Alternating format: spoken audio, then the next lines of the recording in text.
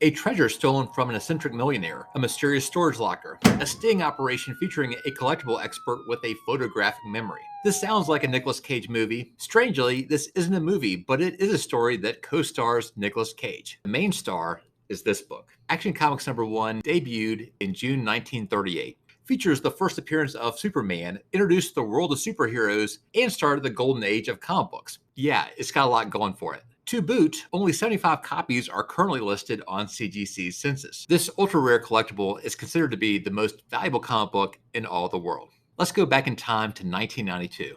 A previously unknown copy was brought to market via Sotheby's. This incredibly preserved treasure sold for $82,500. How nice was this book? We'll get to that a little bit later. You won't believe the grade it received. The book fell into the hands of Stephen Fischler, a world-famous collector, a founder of Metropolis Comics and ComicConnect. Perhaps he was the winner of the Sotheby's auction, or perhaps he bought it later. Regardless, it was Fischler who sold the book to Nicolas Cage in 1997 for approximately $150,000. Cage was then, and still is, a huge comic book fan. He starred in comic book movies, was slated to be cast as the Man of Steel in a never-made Tim Burton Superman movie, changed his real name to one inspired by a comic book hero, named his second child Kal-El, Superman's Kryptonian name, and purchased many of the most valuable comic books in the world. So it seemed that Nicolas Cage was destined to own one of the nicest copies of Action Comics #1.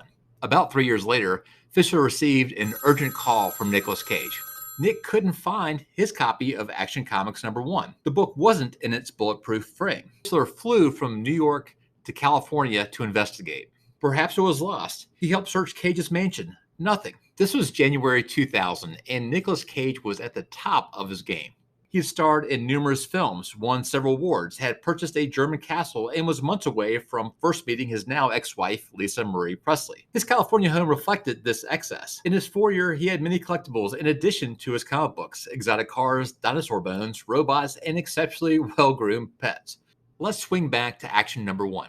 About a week before Cage realized the book went missing, he had thrown a huge party. Perhaps the book was taken then. Cage didn't know for sure. In fact, he and his staff weren't great at cataloging items. On several occasions, Cage thought he had something stolen, only to find out later it had been misplaced in his mansion. Nevertheless, after a lot of searching, Action 1 remained lost. Eventually, the LA police were brought in. And fortunately, they employed a detective who specialized in art theft, Don Harisik. Harisik spoke to the staff at the Cage mansion. Nothing. He took lead after lead from the public. Dead end, dead end, dead end. And then about a year later, he gets a promising lead. Apparently, somebody from Memphis was trying to sell a high-grade copy of Action Comics #1. So Harisik flew out to Tennessee, got a warrant, and was able to check out the safety deposit box where the supposed Action 1 resided. He opened up the box, which revealed an Action 1, or was it? The cover certainly looked like an Action 1, but the internal pages were a woman's lingerie catalog, and the cover turned out to be a reproduction. The Memphis man was a con artist. Harisik had uncovered a crime, but not the crime. Another mysterious item was in the box. It was a piece of ordinary-looking paper with this word scribbled on it. A decade goes by, and the case goes cold. Then, in 2011, Fischler gets a call. Someone from California wants to sell him a high-grade copy of Action 1 for $1 million. Based on the picture he receives, Fischler believes it's the Cage copy. Fischler then phones Harisik. The two stage a sting. Fischler poses as the buyer and Harisik as his assistant. Fischler will need to positively identify the book in person, and fortunately, he has a photographic memory for comic books.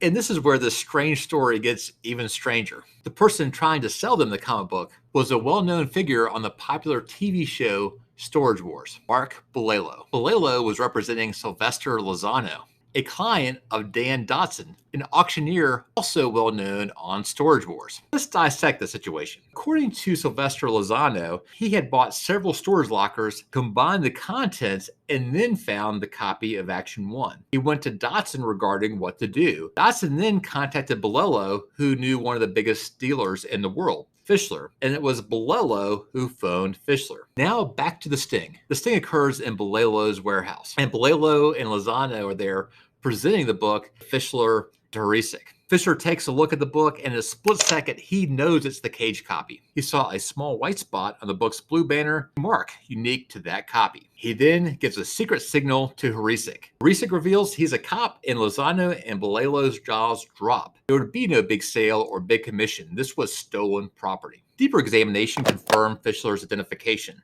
The confiscated book was compared to an image taken 20 years earlier by Sotheby's. 15 unique, subtle flaws, exact match. Yes, Nick's book was no longer missing, but technically it was no longer Cage's book. The insurance company had shelled out a claim. Fortunately, Cage was able to work out a deal with his insurance company and get the book back. But then the book moves again. Nicolas Cage decides to sell the book through ComicConnect via his connection with Fischler. You won't believe how much that book sold for then, or how much that book would be worth today.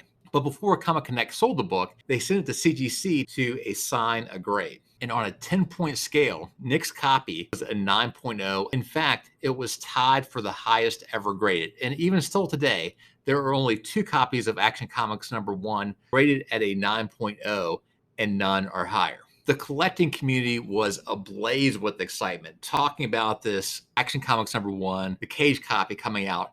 On November 30th, 2011, the book sold for $2,161,000. This was the first book ever to fetch more than $2 million. You might ask, if this book were to sell today, how much would it go for? Well, that's tough to know, but nevertheless, for context, recently a 6.0 copy sold for over $3 million at Heritage, and typically a 9.0 copy will sell for multiples of a 6.0. So something like 6 million, 8 million, or even 10 million might be possible for Nick Cage's copy. In addition to being one of the finest copies in all the world of the most expensive book, it also has this great story behind it about how Nick obtained the book, lost the book, and got the book again. Now, I've never owned a copy of Action 1, but I have owned a copy of Superman 1. And like Nick Cage, I don't own it any longer. I've lost it. If you want to see which books that I've loved and lost, please check out this video. If you really like the content, please consider subscribing. Thanks so much, and hope to see you around real soon.